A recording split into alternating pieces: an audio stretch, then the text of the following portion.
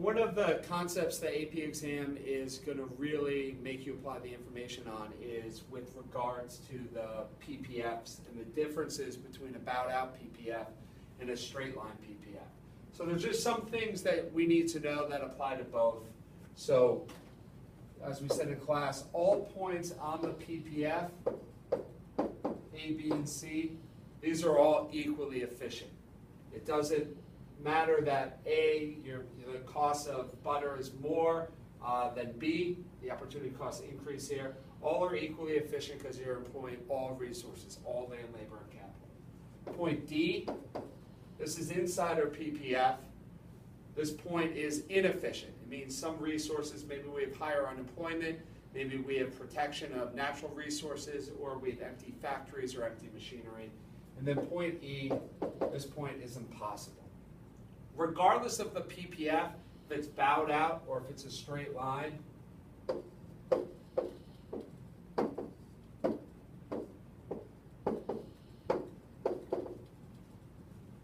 the same concept applies to both.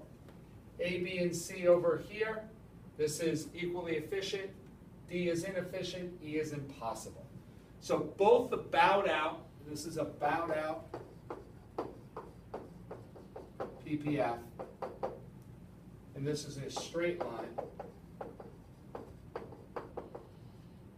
PPF. Both of them show the trade-offs of an economy. In this case, these are all our resources in our economy. We can either make butter or we can make gums. Here, I have a straight line PPF. We can make apples or we can get oranges. Both show the limitations based on the current land, labor, capital, and technology. So points E are impossible. A, B, and C on both curves are equally efficient. Now the difference between the curves is the bowed out curve shows specialization of resources. We talked in class how butter, the resources or the inputs for butter are farmers, cows, and a churner. The resources for guns, we said, are metal, factory machines, and a gunsmith.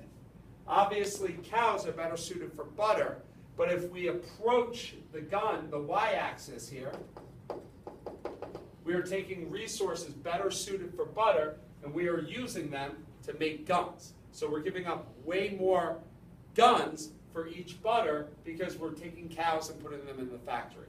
And the same is true here. As we approach the x-axis, we are taking gunsmith and we are using factories and we're using metal to help make butter. So we're giving up more guns for butter as we get closer to the axis. Here, on a straight line PPF, this is a constant cost model. The trade-off between oranges and apples is constant because the land, in this case the only resource, is equally adaptable. I can use my land for apple trees or orange trees or any combination of both. There's no specialization like cows for butter or gunsmith for guns. Here it's just the same farmers, and I can either use my land for apple trees or orange trees. So the trade-offs are constant and they never change.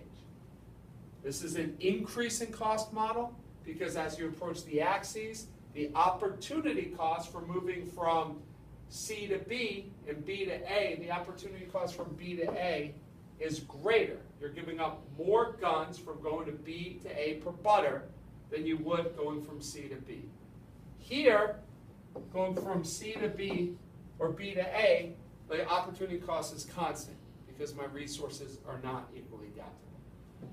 This is really what the AP wants you to know and understand with regards to our two PPFs.